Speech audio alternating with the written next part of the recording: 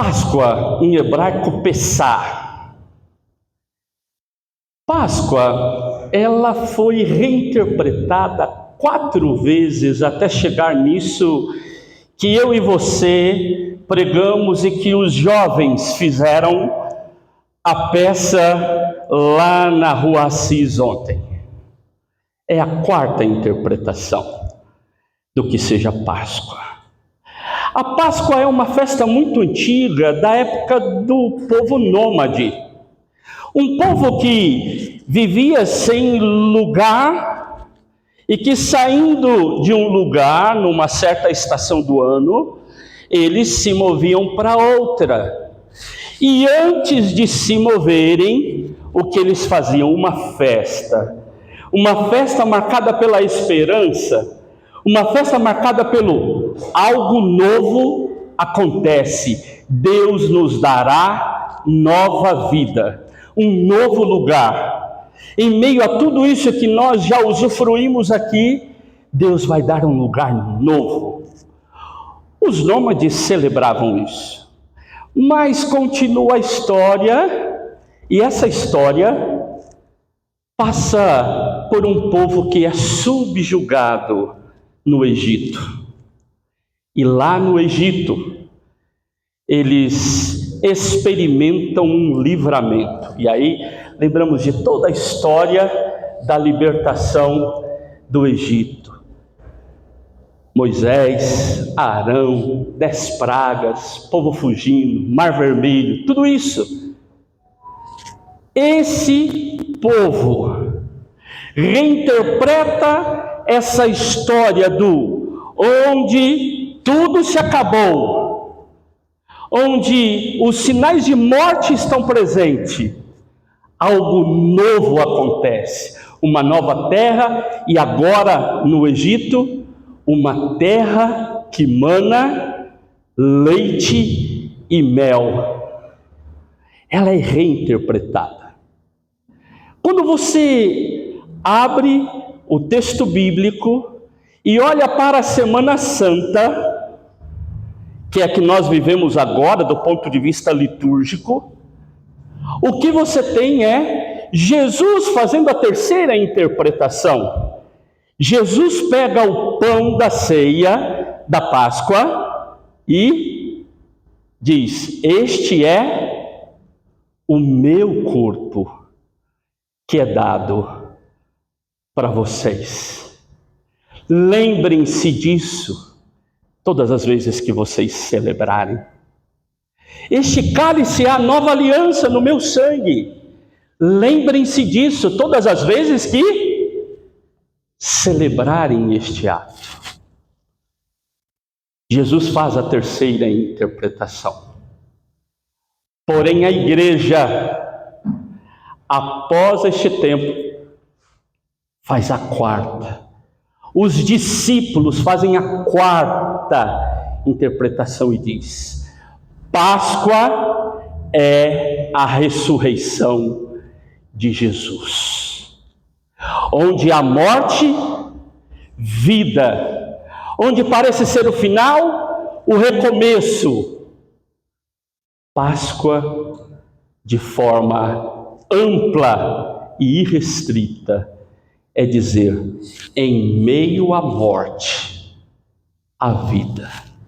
Mas eu quero me ater um pouquinho na última semana de Jesus. No domingo que antecede esse domingo de Páscoa, que no calendário litúrgico algumas igrejas celebram o domingo de Ramos, que ia falar da entrada de Jesus em Jerusalém. Jesus entra em Jerusalém. E como ele entra? Cadê os artistas de ontem? Quem tem parte dos artistas de ontem aqui? Quem está aqui? Tinha alguém montado num cavalo branco super poderoso lá. Quem que era? Não está aqui. Ele estava num cavalo branco super poderoso? Ele estava num jumentinho. Muito simples.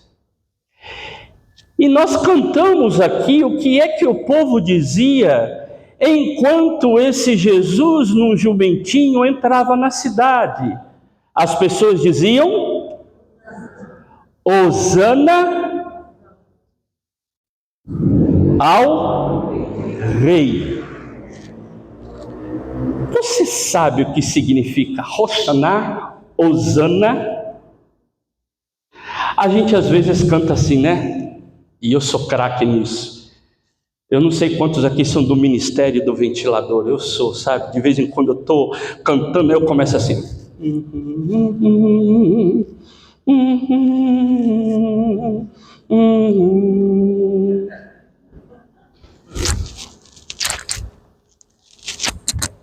Hosana não é exaltação. A gente tem hora que está cantando e fala assim: Hosana, Hosana, oh, louvado seja Deus, aleluia. Hosana não significa exaltação. Hosana significa salva-nos, ajuda-nos, help, SOS. Domingo passado eu preguei na igreja e ensinei a igreja como que é o sinal de SOS por código Morse.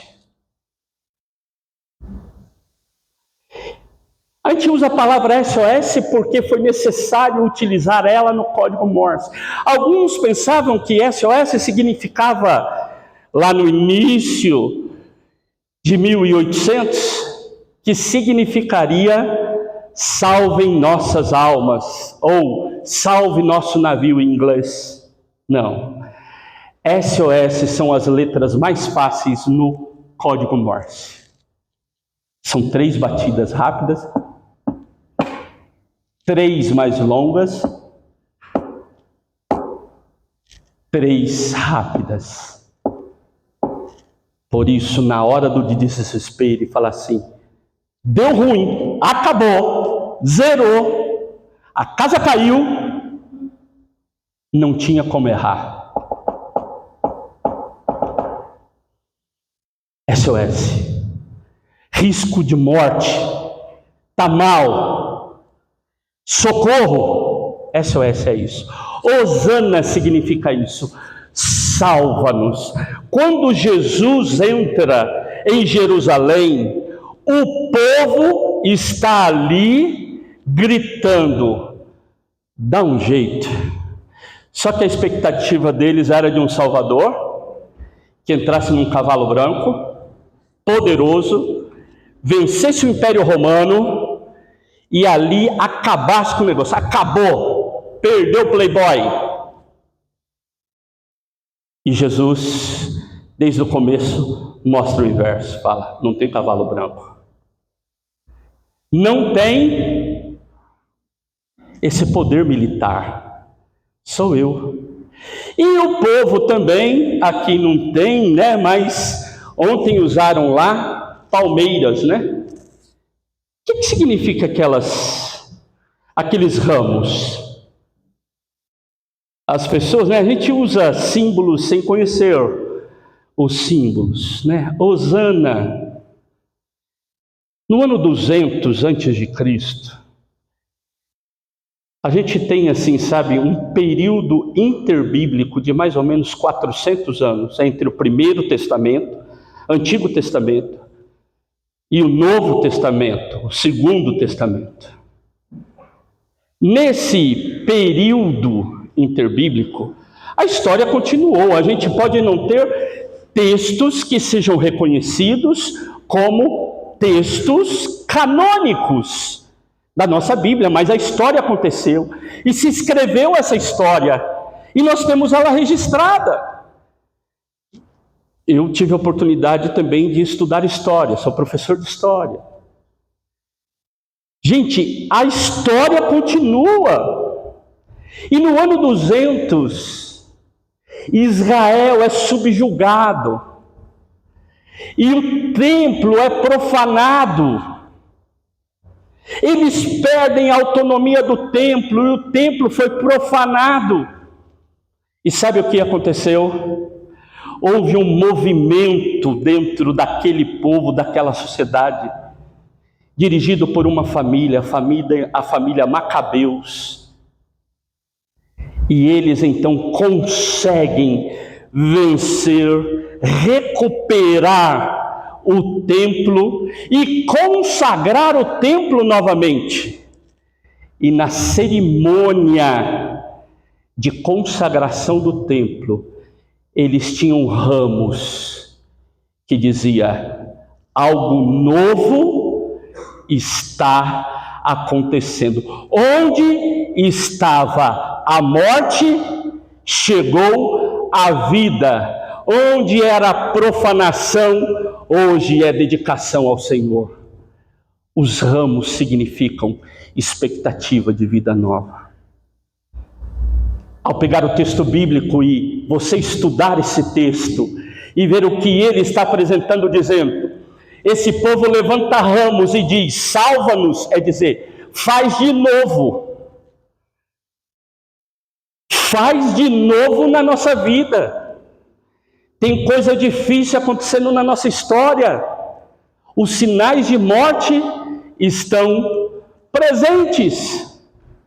Traz vida, Senhor.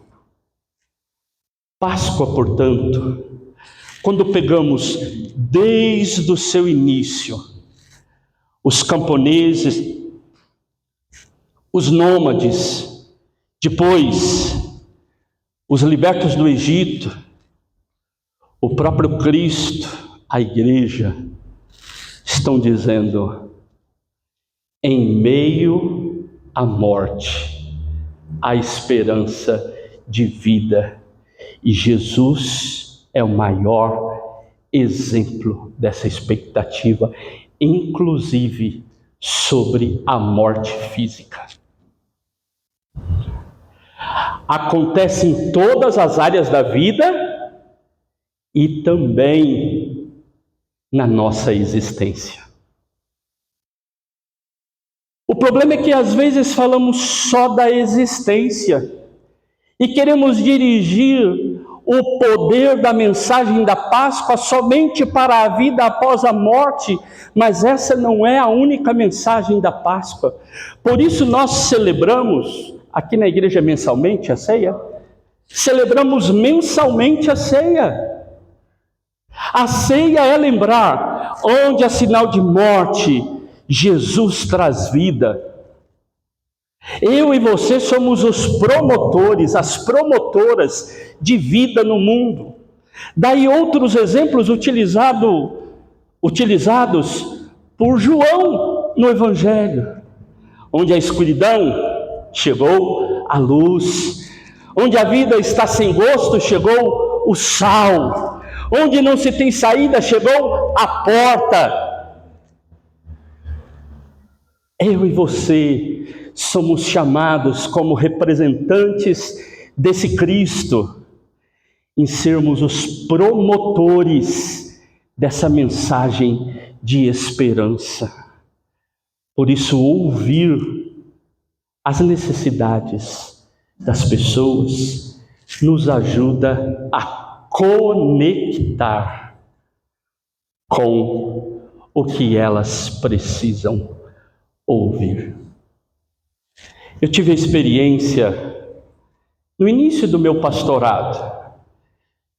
Estou falando aqui de 1998. Alguns aqui vão falar: nossa! Eu era pastor na cidade de Marília. E lá nós, com um desejo muito grande de falar do amor de Jesus para as pessoas, começamos um ministério que a sigla era MEL, M-E-L, que abreviado era Ministério de Evangelismo no Lar. Nosso desejo era ir na casa das pessoas e combinamos: nós só vamos na casa de não crente, de pessoas que não frequentam a igreja. Pessoas que são do nosso trabalho, amigos da gente. Nós vamos lá para levar uma mensagem de amor, de esperança. Mas aí entram as nossas contradições. Uma delas está ligada ao vocabulário outra ligada aos nossos usos e costumes. Então, uma das coisas que a gente foi percebendo, que a gente tem uma mania, primeiro, de carregar aquele tanto de Bíblia, o violão. A gente chega na casa das pessoas, ocupa a sala, e as pessoas vão lá para o cantinho da porta da casa delas ficar sondando a gente. Ou vai lá para a cozinha, encosta na geladeira, e a gente assume o espaço. Mais ou menos assim, está tudo dominado.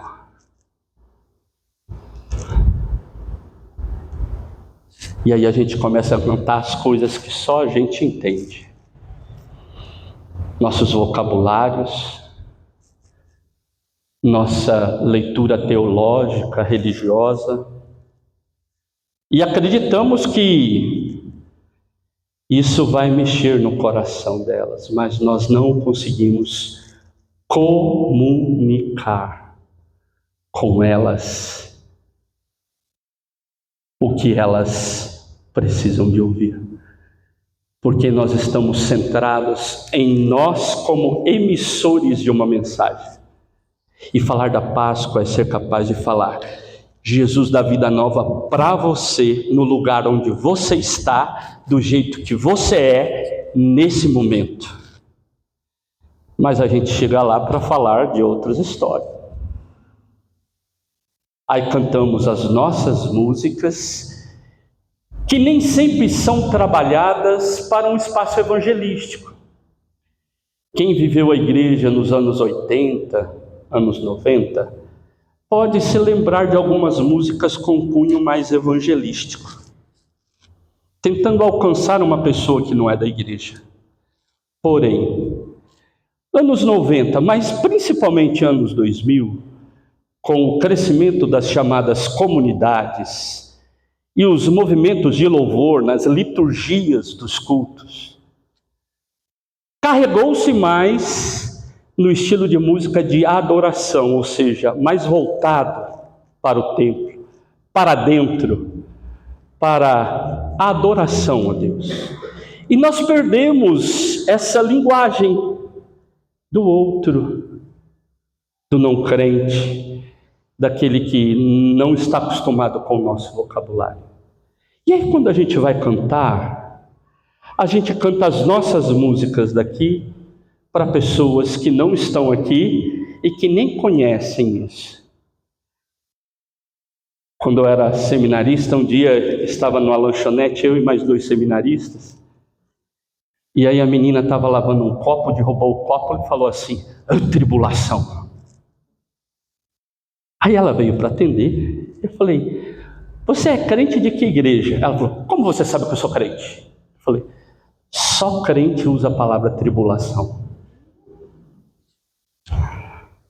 O vocabulário da gente entrega a gente.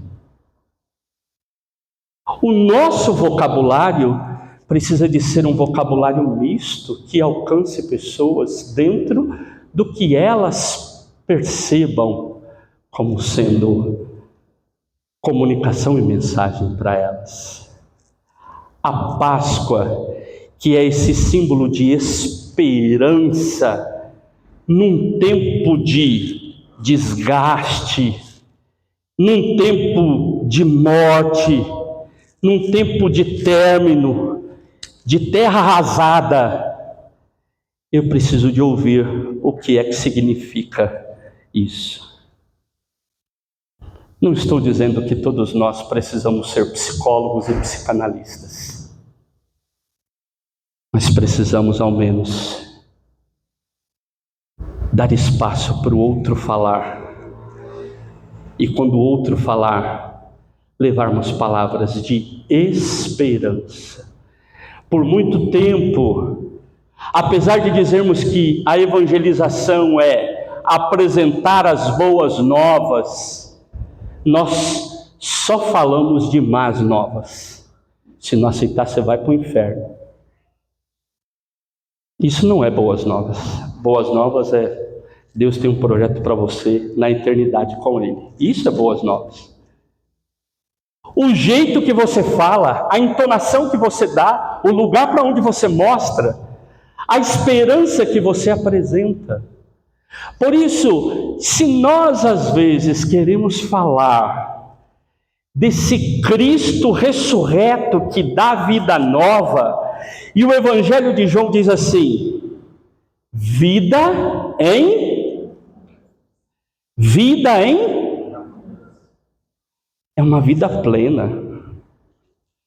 Não significa que você vai ter tudo o que você quer, e nem que você vai estar pleno ou plena, mas significa que você vai ter o suficiente em Cristo Jesus, que te dá oportunidades.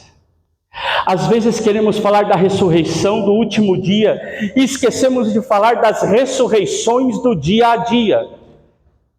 Tem gente do seu lado precisando experimentar a vida nova e a ressurreição de Cristo na vida dela, porque perdeu a esperança, perdeu perspectiva, expectativa, possibilidades, está se entregando, a vida dela está arrasada. Você pode ser aquele, pode ser aquela que fala da ressurreição na existência. Sinais de morte estão presentes na nossa sociedade. Portanto, morte não é apenas aquele último suspiro. Existem muitas pessoas vivendo sinais de morte, inclusive nós passamos muitas vezes por lutas, tribulações, problemas, vivendo sinais de mortes que acabam conosco, que nos jogam para baixo, que nos destroem. A Páscoa é dizer: Deus nos dá chance de esperança e vida nova. A palavra ressurreição em grego, anastasia, é vida nova, vida novamente. Eu acredito que nós estamos precisando, muitas vezes na nossa história, na nossa vida, e pessoas que estão ao nosso lado, de experimentar vida novamente. Já experimentamos a vida, mas parece que ela foi indo embora, se esvaindo. Por isso a ressurreição é trazer à memória: Ele nos dá a vida novamente. Em quais espaços? Dificuldades é o que mais temos na nossa sociedade. Contradições, angústias, tribulações.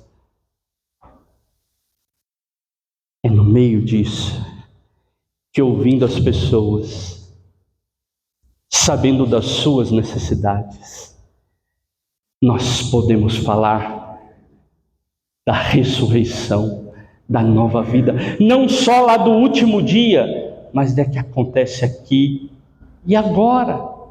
A vida abundante em Cristo Jesus. Ele pode e Ele quer restaurar a vida no meio das pessoas, na sua história e nos momentos mais difíceis. Quando abordamos a ideia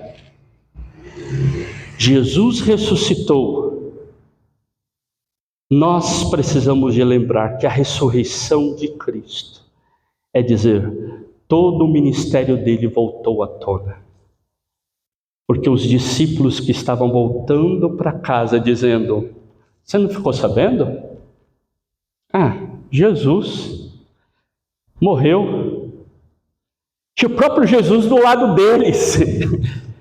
Jesus estava do lado deles e eles estavam chupando a bala amarga da morte e resmungando e reclamando. Sabe o que é resmungar? É falar entre os dentes. Isso é resmungar. Vai lavar a louça. Ai, minha mãe fica falando isso. Eu odeio esse negócio. Não é mais ou menos assim? Quem lembra daquele personagem que era um cachorro que ficava reclamando? Como é que era o nome dele? Hã?